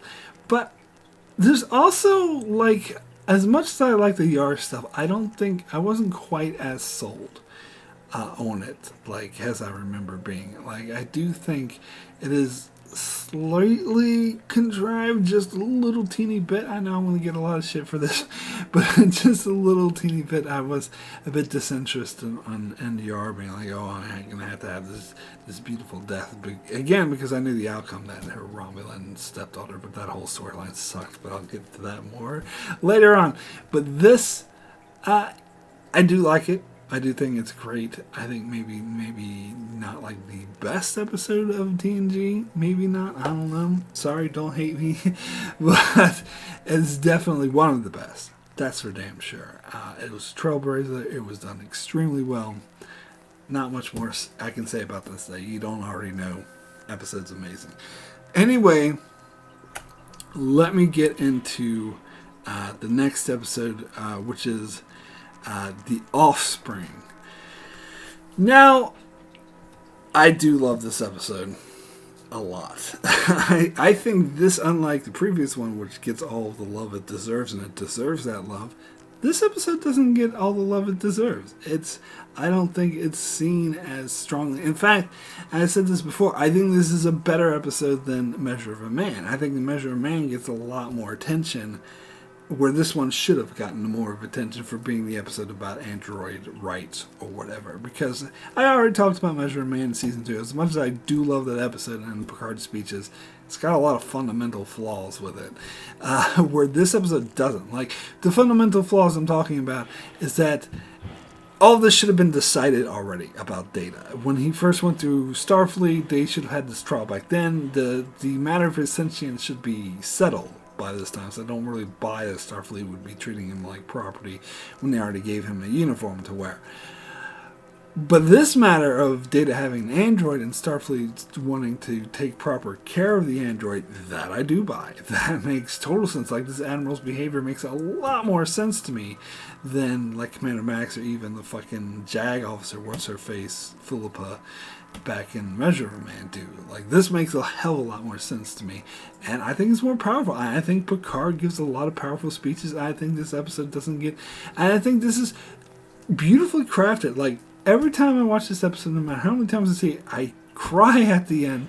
It is because it's so well done. Now, this is the first episode Jonathan Frakes ever directed, and he is one of the best directors. I'm not just saying that because he's Riker, because there's other directors who are actors who aren't so good. Like Polana Torres in Voyager, she's not particularly good. Or Rene Auberjonois, even though he's an amazing actor, kind of so-so as a director. Jonathan Frakes, and even Patrick Stewart, he's not that good of a director, even though he's an amazing, amazing actor. Jonathan Frakes is an amazing director. Like, a lot of his works, and this is the first time he did it, and some people say, oh, you can kind of see because it's not as great as his later stuff, but it's still great. Like, the whole way that this is constructed, the way the story is disseminated, you introduced the android daughter, who is like this weird looking thing, but then she becomes like, she chooses an appearance, and the relationship between her and Data, it was really heartwarming. They did such a good job with this, and just the way they get you, introduce you slowly to this character, and really get you to, so tangible, the relationship between her and Data, and how Data thinks of her as the daughter. And I love the argument between her, Data and Picard, over the android, because over his daughter, because Data is just thinking, oh, this is my daughter, I should have the same parental rights as everyone else, and Picard's like, no, it's not that, it's a new android. Now, I've heard an argument recently that Picard is totally right here and Data's being naive, and I disagree with that. I think that's bullshit. Now, I think I would more say it that they're both wrong and they're both right. Because I think both the reactions are understandable from their different perspectives. Like, I completely agree with Data's perspective. Like, he's procreating just like any other humanoid would. Why are they treating this differently? It's my daughter. I'm going to call her my child. What's wrong with that? I get that. I think he has every right to see that. I don't think he's being obtuse by not realizing the implications of creating another android, because he's not looking at it that way. He's looking at it from a more personal perspective. I'm totally on board with that. And Picard, I understand his perspective too, that Data's the only android in existence, and now he's introducing a way to create more androids, and this is going to have and he goes from being a singular being to a species. And so that's a bigger deal than simply, a human couple deciding to have a child, because that's normal. That's done a lot. It's a precedent for it. It's been done for years, but an android creating another android, this is kind of new territory.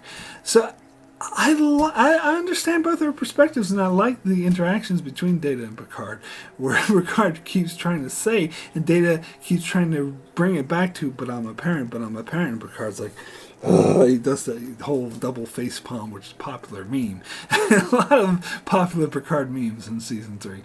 But I do think Picard goes on a journey here.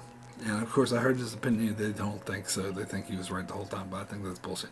I think he goes through a journey where he does, because he has that scene with Troy where he's like, I'm sick of people calling this a child. It's not a child. It's an android. And by the end of the episode, he is making the argument to the Admiral, this is Data's child. So Picard most definitely, objectively, inarguably, does go through a character journey in this episode. Now, he might have been right all along about the massive implications of creating another android. That doesn't change, but he starts to see it more from Data's perspective, from the perspective of he should have the right to procreate and he should be treated the same way any parent would, regardless of the larger implications. And that scene at the end where Picard goes to... I watched this scene, I gotta be honest, in my recent rewatch, I went back and watched the scene again. Because, goddamn, I think this may be one of my favorite scenes of the entire show. Not maybe, it definitely is. It may be my favorite. The scene where the Admiral, of course, some people complain about the Admiral because he's an obvious cliche stereotype of, I'm gonna be an asshole and try to take your daughter away. But to be fair, he kind of is, sure, but there's nothing about it that seems contrived or unbelievable to me. I actually buy him more than I do Commander Maddox, if I'm being perfectly honest. And because he is coming from it more, he's not being as stupid and pig-headed about it as Maddox was. He is coming at it from a more logical way of what's the best thing for this child's well-being. But of course, he is being pig-headed, but I can kind of understand the perspective. He made up his mind before he came here, and he's just kind of pretending to just consider it where he's already decided. And Picard knows he's already decided. And so when he says it, Picard's like, no, fuck that. And that scene where, the Admiral orders Data to bring Law to his ship, and Data starts to get up to do it, and Picard's like, belay that order. I think this is the best scene of the entire show. I love this scene so much. And the Admiral's arguing. It's look, you're risking your whole career. Your whole career is this. And this is where we get this great Picard speech when he's like, you acknowledge their sentience, but you deny their individual rights and privileges, and you won't respect them. And he's absolutely true. And it ends with, order a man to turn his child over to the state, not while I'm his captain. And God, is so damn powerful. This is one of the most powerful Picard moments. He's willing to risk his career to stand up for what he thinks is right. And that is Picard in a nutshell. And this is the best example of it. And God damn, this scene was so good. And then, of course, it's followed up by one of the most heartbreaking scenes. And I am not ashamed to admit that I cry my eyes out every time I watch this scene, because it is done so well. It's built up to so well, because they did such a good job establishing the relationship between Data and Law in their own way. Even though they're emotionless androids, you get that one scene where Law tries to hold Data's hands. It's I heard that humans like to hold hands as a sign of affection. She does it wrong, and Data corrects it, and they're sitting there holding hands. That's a tender moment. And it leads to the scene where she says, I'm almost going to tear up just talking about it, where she says, thank you for my life, and I love you, Father. And he's like, I'm sorry, I can't express love for you. And she's like, I will feel it for the both of us. Also, I gotta acknowledge the whole thing when she was with Troy, she figures out and she goes, I feel it. I think that's something me and my brother used to quote to each other all the time. I feel it. But it was done so well. Now, some people argue, well, how the hell would an android be able to have feelings? I don't give a fuck. I'm sorry, I don't care. Data gets an emotion chip later on. Who cares? The point is how emotionally effective and powerful this scene is. I think it does make a bit of sense that the fact that she is feeling emotion and exceeding Data's abilities is what eventually leads to her death, and because she's a bit unstable, because she's achieving too much. And so that was just such a powerful moment. In fact, the emotion on other people's face, you see Half-Tail, how he's devastated, and he tells everyone she didn't survive, and Wesley and Troy are all sad, but Data's not, and they try to, it's like, our condolences, Data, we're really sorry, but he has this very matter-of-fact android-like, he's like, don't be sorry, because I transferred her memories to me because she lives in here.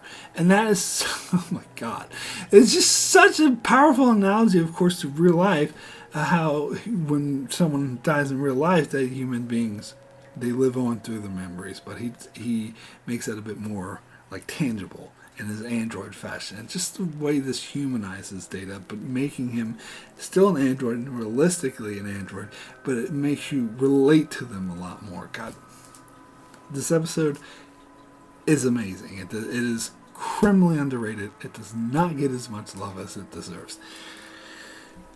Anyway, let me get into the next episode, which is Sins of the Father.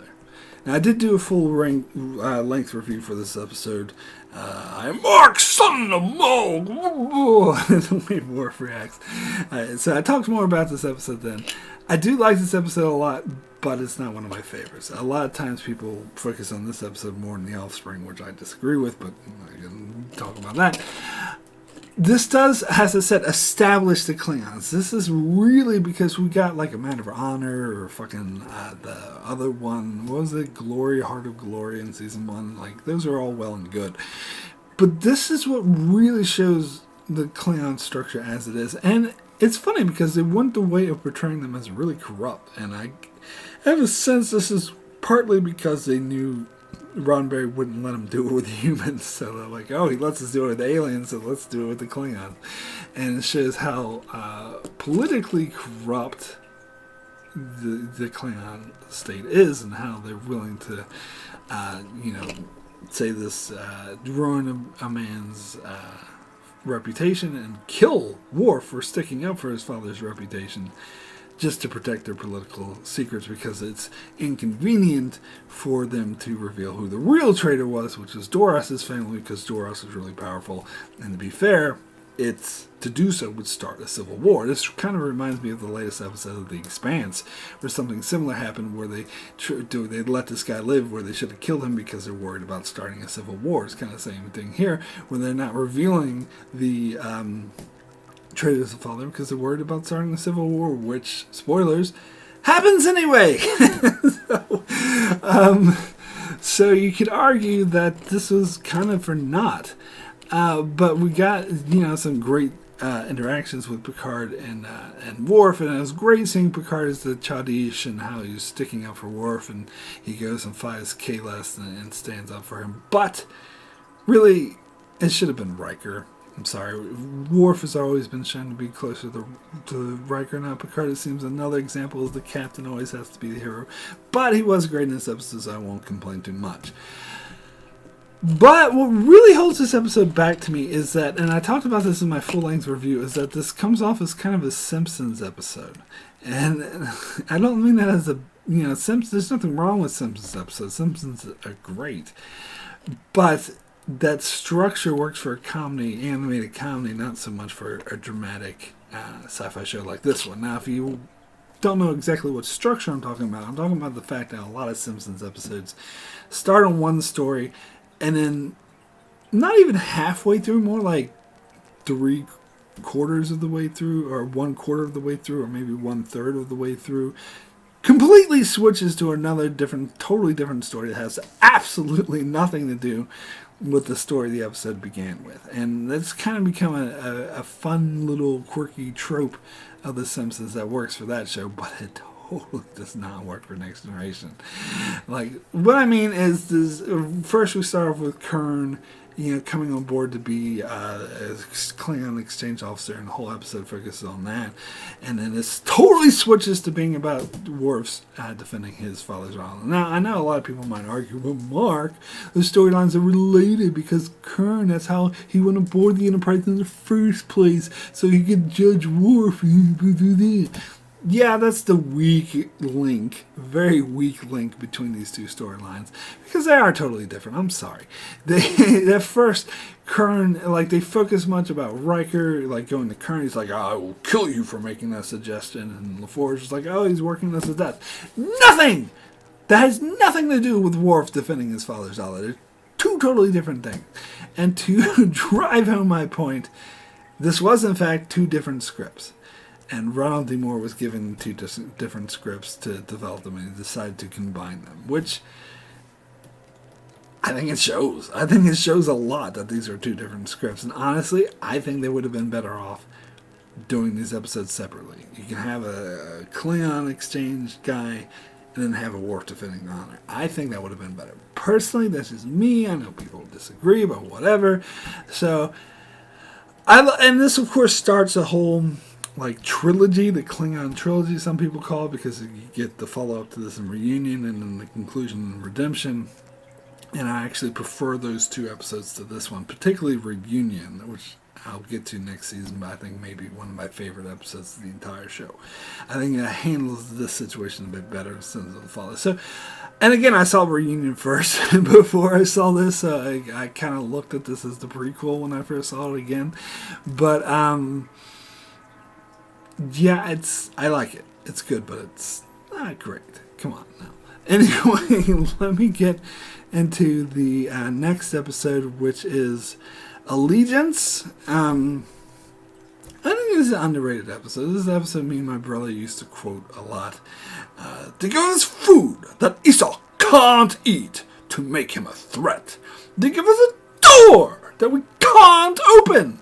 Like, this is another episode similar to Survivors, where Picard is like the man and like starts figuring everything out, and then the way he throws everything together, and of course how he at first though he's like observing and just sitting back, and you can tell like he's already figured out that the cadet lady is the the infiltrator, the intruder, or whatever who's holding them captive, but he doesn't act on it yet. He waits, he gathers more information to become 100% sure, and once he's enough, it's like, I think we've had enough of this ruse.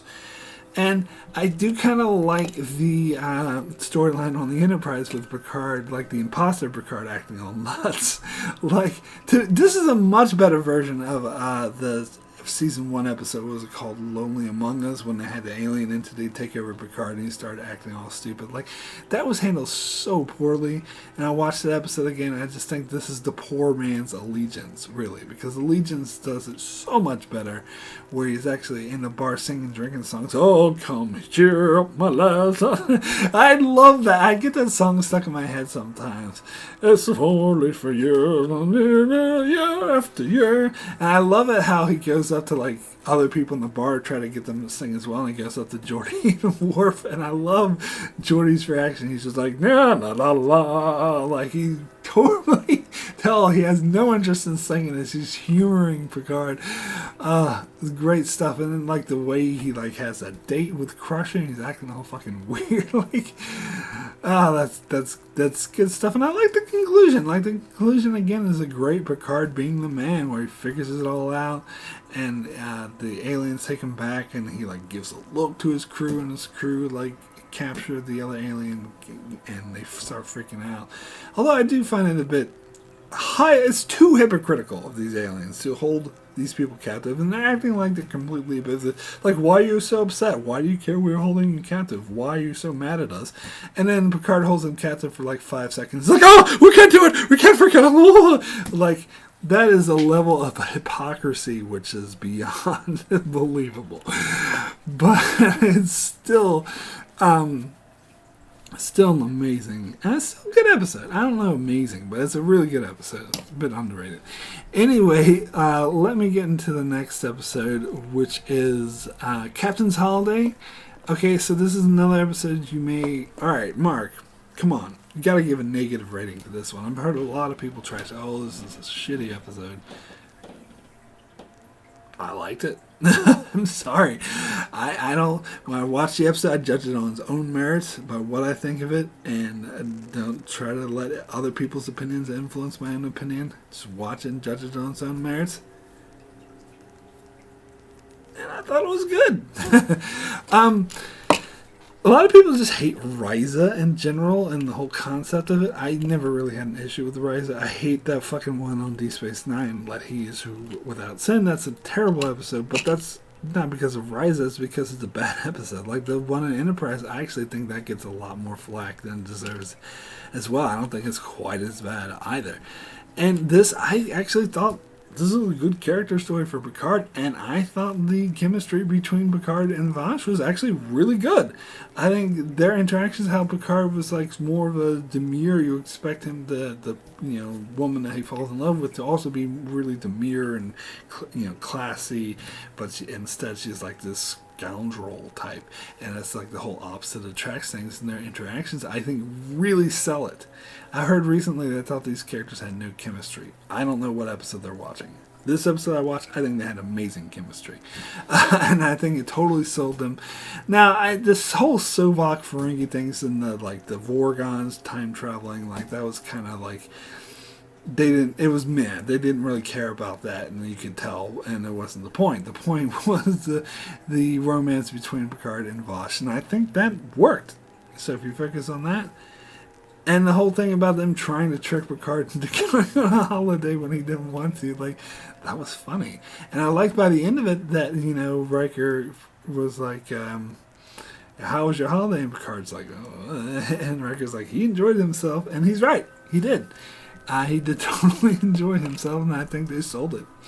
So I beg to differ. I'm sorry. I like this episode. Anyway, let me get into the next episode, which is Tin Man. And I think I've heard some bad things about this one too. But Tin Man, I like this episode. I think it's good. I think the Rama, this is another one they bring back the Ramas and they kind of act a bit two-dimensional. We're evil bad guys in this episode, which is fine because they're not really the point of the episode. They just needed a standardized villain, and they're going back to the Romulan well, which I'm glad. I think it's better than like introducing some one-off alien we never see again, so fine. But the main storyline with the Tam Eldrum, who's like a Betazoid who has like intense powers, is like, you see it as a rarity, so it's something like being autistic or sort of analogy to that, where he like gets everything immediately all at once, and then how it drives him a bit crazy, and that makes sense. And I think the actor does a good job at playing this character, and I like the interactions between him and Data. I do think there isn't quite as much meat on the bones of this episode to make it all that interesting. I didn't think it was the best. Like the Tin Man himself, I think they could have, which was the alien ship who was alive, like that seemed like kind of plot convenience as well. Like they could have done more to develop him, but still, I can't fault it. It's still a good, decent episode. I don't see anything wrong with it. Anyway, let me move over to the next episode, which is Hollow Pursuits. Now, I've heard some people love this episode, and I watched my brother's review. He apparently did not like this episode.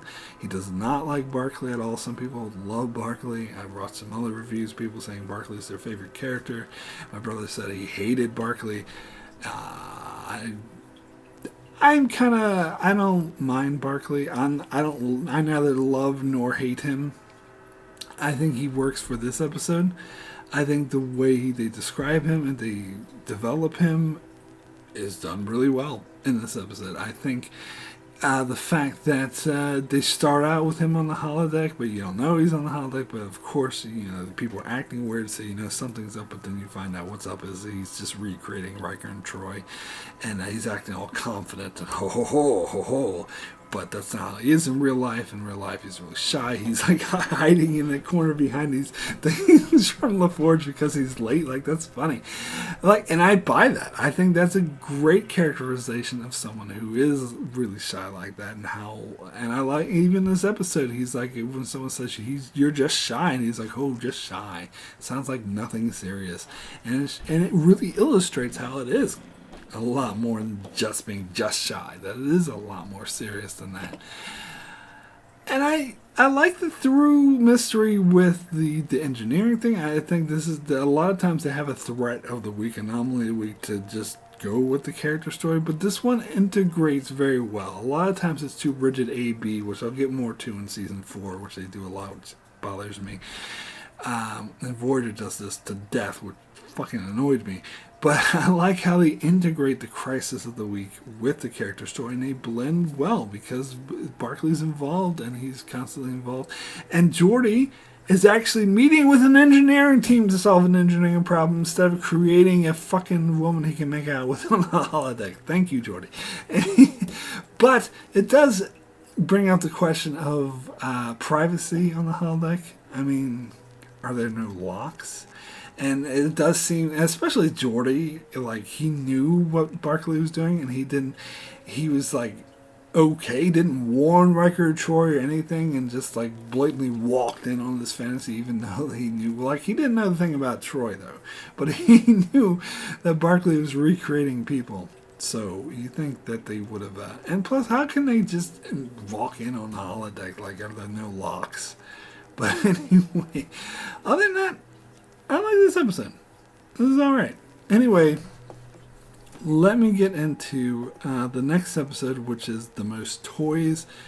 Now, I've heard recently, I watched this recent review where someone said they loved this episode.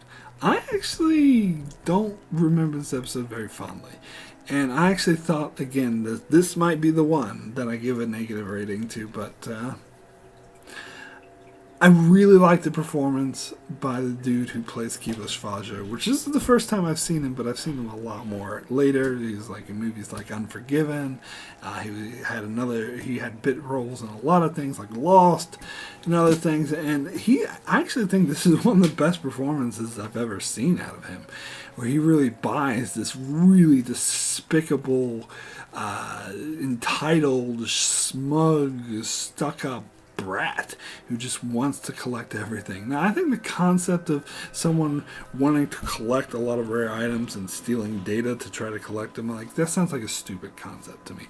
So, which is probably why I didn't think very highly of this episode when looking back. And that combined with the fact this is another fake out death, which they do several times throughout TNG, is like, oh, the character's dead, and all the characters are acting like he's dead when we, the audience, know that he's not fucking dead. I mean, even in this episode, they show that Data's alive, and then they have... So, why do we care if Geordi and Wesley are going through Data's things? We know he's not dead, and why do we care that Worf is so sad about replacing Data when we know he's not dead? It seems like a waste of time to me. But, all that being said, watching this episode again, I couldn't help but be riveted by the interactions between Fajo and Data, and such a great performance that the actor who plays Fajo does here. And so it was really thrilling at the end how he ends up like murdering his most loyal assistant in the most brutal way with that disruptor thing, and Data's just like gets it up and he's like, you're not going to kill me, but he's like, this is one of the rare times, that whole cliche of the villain going, you're not going to kill me, you're too good. Like, a lot of times I fucking hate that cliche, and I think it's so dumb usually. But this is one of the rare examples where it really works, because it's not just, oh, you're the good guy, and no, it's because it's an android who's programmed with ethical morality, so it makes sense.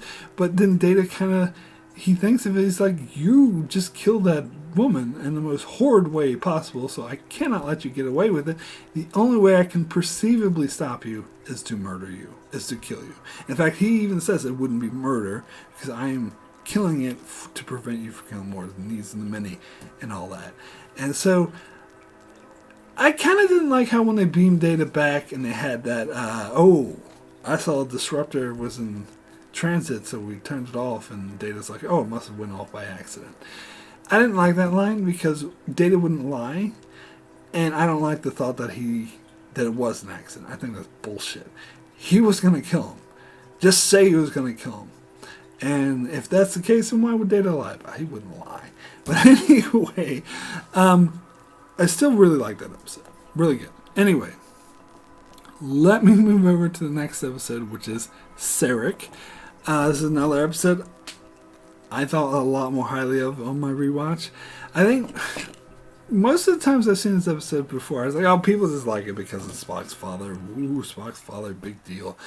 But then I realized that if I try to just leave the whole Sarek thing out of it and just think like, and I think the fact it's titled Sarek doesn't help, but look at the story itself and how it's about a dignitary who's very dignified. And in fact, it is a character that we're familiar with, does even give this story more weight.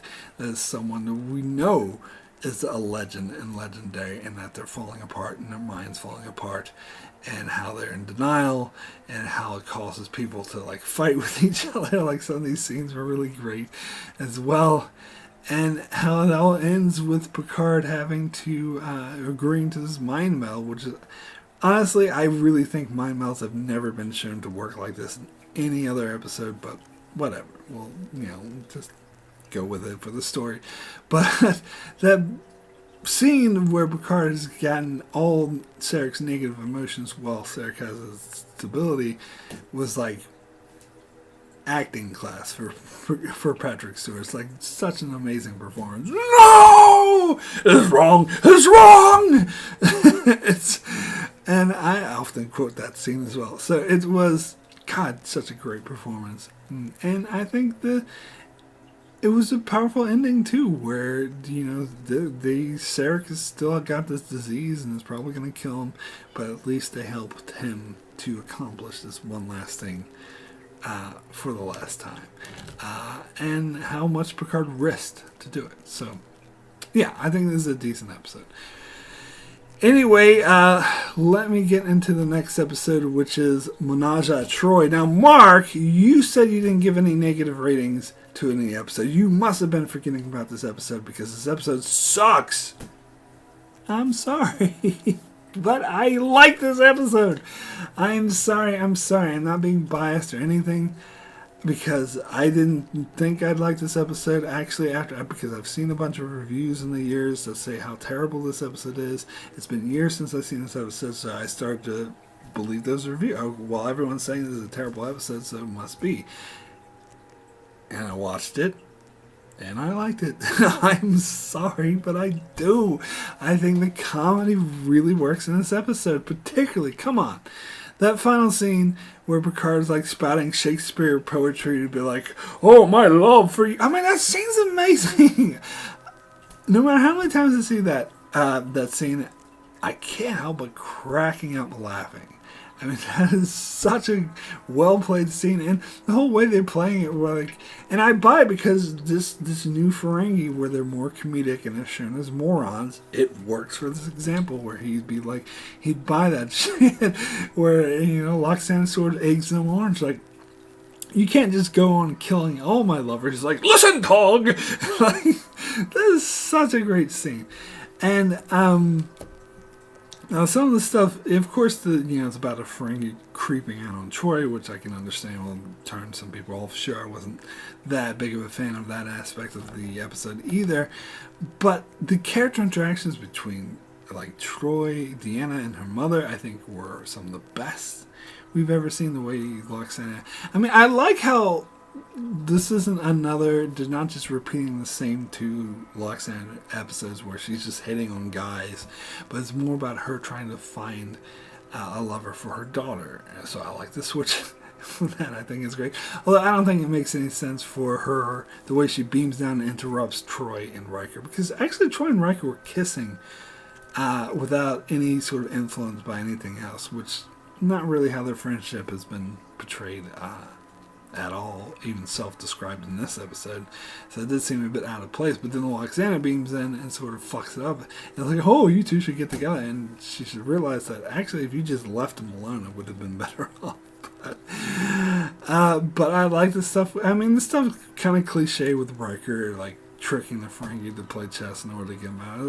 It's a big cliche, sure. This isn't the best episode ever, but I think it works what it does, and I'm sorry, it's a funny episode.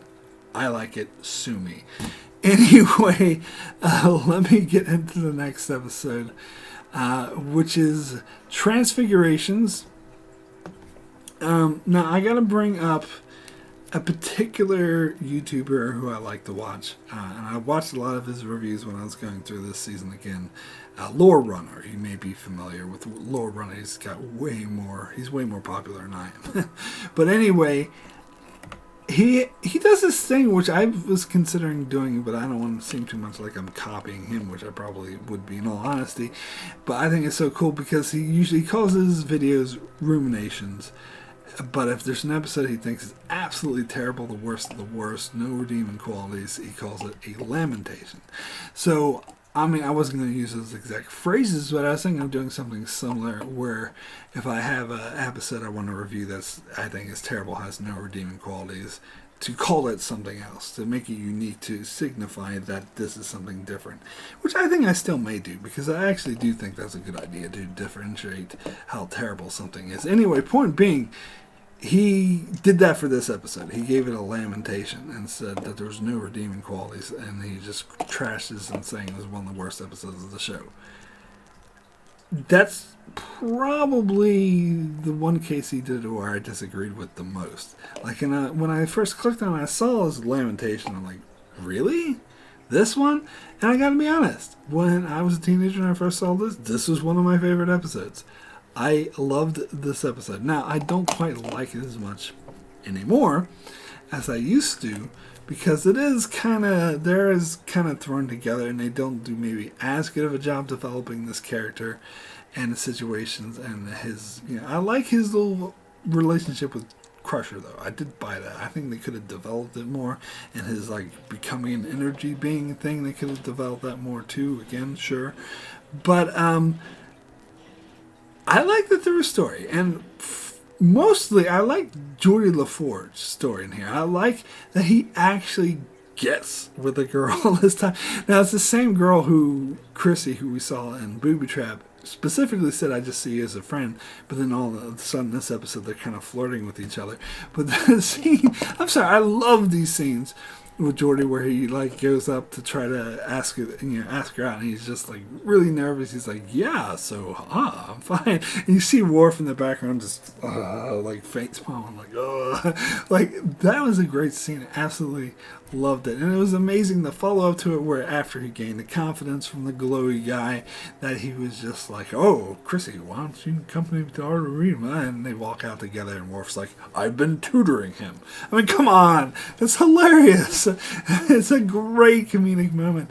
And I do enjoy the main storyline with the guy who realize he's part of a species that's evolving, and these other people are scared of them, so they're trying to kill them. I mean, that makes sense as a good social commentary, how people are always afraid of what they don't understand, but really it's for the better. And the kind of transcendence, it reminds me a bit of Stargate SG-1 with the ascending to a higher plane thing.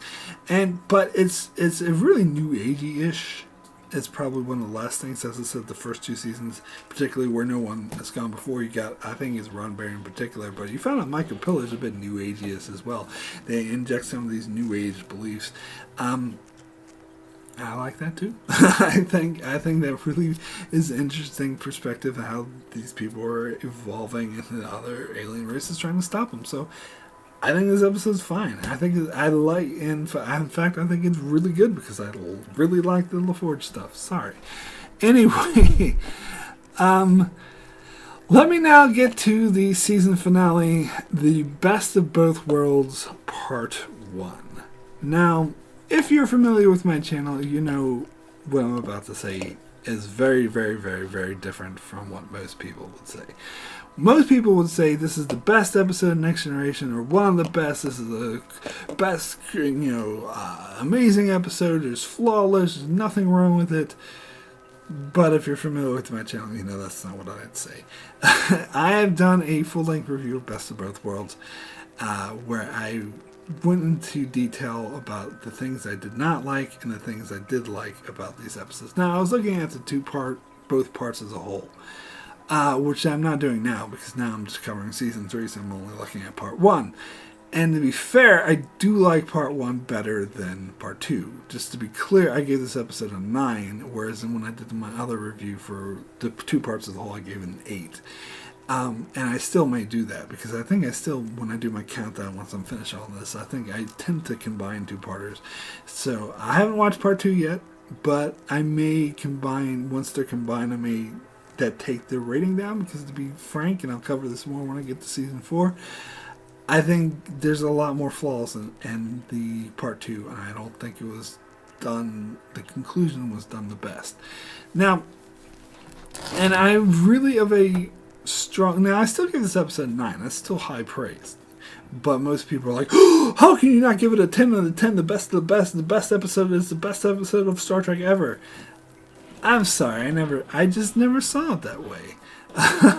But I said something similar about Q, which I called the most overrated episode of any Star Trek thing. And to be clear, I stand by that because I think Best of Both Worlds is much better than Q. But I still think it's a great episode, but I don't think it's the best thing ever. And I think a lot of that does, unfortunately, have to do with retrospect, which watching this episode in retrospect is really different than watching it when it first came out. And I think most people who do love this episode and present it as the best thing ever were watching Next Generation in the 90s. Around the time it came out. I think because I heard a perspective recently of someone who's never seen Star Trek before, who's watching Picard, and everyone was saying, oh, you gotta go back and watch Best of Both Worlds, that's the best thing ever. And so okay, so they went back and watched Best of Both Worlds, and they're like, it was okay. I mean, it was good, I liked it, but I don't see what everyone's... And that, I think, makes a lot of sense from a modern perspective, because I think a lot of what made this episode great and unique is a bit outdated and has been done better since. I'm sorry. Particularly, and this is what I said in my full length review, is that this is more of an action suspense type episode. Ooh, action. And that's not what Next Generation is always about. That's not its strength. Its strength is the drama, the character stories, the acting, so episodes like Inner Light and Yesterday's Enterprise are timeless. It doesn't matter how old they get, they will always be amazing. They don't lose their strength. Whereas Best of Both Worlds, I think, kind of does lose some of its strength in retrospect. Now, I do see that the storyline of this really impending doom of, oh, we're all fucked, was done really well here. And that's something I said was the strength of Q. I think that's even better here. And arguably, like the later stuff, particularly Voyager, when they explored the Borg too much and got to too much detail, it kind of took away. They were no longer this intimidating threat that they are in this episode. They were kind of, by fucking end game, the finale, which I hate, they were fucking cartoonish. Of Voyager I'm talking about. So I do get that they were much better here.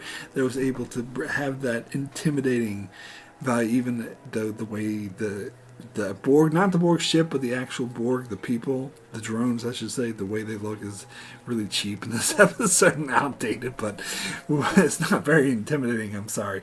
But that's not really the issue with it, though. But I think that, yeah, the intimidating factor, I think, works in how just the character stories, because this episode is focused more on the character story of how these characters, Riker, Picard, and whatnot, deal with the fact that we're all fucked. I think that scene with Picard and Guinan, where they're having a conversation where they're hiding in a nebula, and Picard's like, is this the end?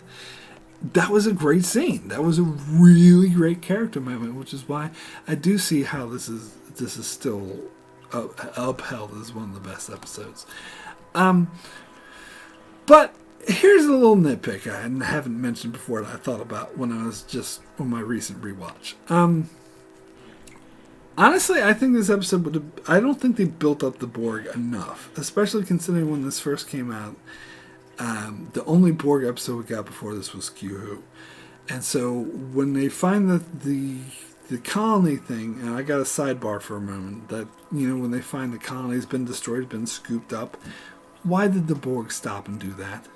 For the rest of the episodes, they're not going to attack anything unless it gets in their way until they get to Earth. They seem to make it clear they're not doing anything until they get to Earth, and that's when they're going to start their assimilation or taking over the Federation. So why they stop by this random colony to scoop it up? Well, I'm sorry. I just had to get that out of the way. But anyway, so that Riker could so the Picard and Enterprise crew could find out it's the Borg. That's why, so the show could happen. Basically. But anyway, that's not what I'm talking about. The main nitpick I have is that we barely introduced the Borg. We just got that one introduction in Q, and so after that opening scene when they had the scooped up colony, they had a scene with the Admiral saying, oh, it's the Borg, we know it's the Borg, we've been preparing for this. I'm like, why have you been preparing for this? Q just flung the Enterprise into the Delta Quadrant, some random species, and there's sure there's many other threats that are more real, more close to the home, and more of a threat. Why have you been preparing for this? I honestly think the build-up, and plus, the Borg are only villainous. Oh, they're just a huge threat because we were told watching the show that they're the big bad guys of the show. That a lot of, honestly, when I was watching the show, a lot of what I heard about what made me think the Borg were so intimidating was told to me outside of the realm of the show, like through interviews or magazines or whatnot. Oh, the Borg are such a badass, they're impossible to beat, they're invincible, whatever. In the actual show itself, leaving all that extraneous publicity material, marketing material aside, I don't think they built them up as much. I think we needed to see them more, establish them a bit more. And I don't buy that everyone would be just freaked out or aware of them at this point in time, or the point where they're convinced that the Borg would be able to totally destroy the Federation. How do they know that? They don't really know anything about them. So, I don't know. You might disagree with me, but that part of it kind of brought it down. And plus, like, I'm sorry, I mentioned this in my review. I don't like the whole Shelby storyline. The whole, you're in my way. I don't really care. Like, in the whole Riker, oh, should I be the captain? I'm like, yes, you should be the captain. I don't know. I just didn't latch onto that storyline and a little squabbling between Riker and Shelby. Me. I'm sorry. I didn't like that. I'm sorry, but I didn't. But, again, I'm not going to say it's not a great episode, because it definitely is. I mean, that fucking cliffhanger. I still contend this is the best cliffhanger of all time. The whole, and especially watching it again, the whole, like, oh, they find out Picard's on the thing, and Worf comes like, he is a Borg. and then Riker is given a choice. Shelby's like, oh, we can try to rescue him again, we can do this. And Riker's like, no, we have our chance, we have to take it. Fire. Like, God. And again, talking about the music is something I cannot fault about this episode. The music in this episode is amazing, absolutely amazing at its best, especially in that cliffhanger where it goes dun dun dun and it fades to black, to be continued. That is by far the best cliffhanger ever. So, still a great episode. I just don't think it's the best thing ever, as some people do.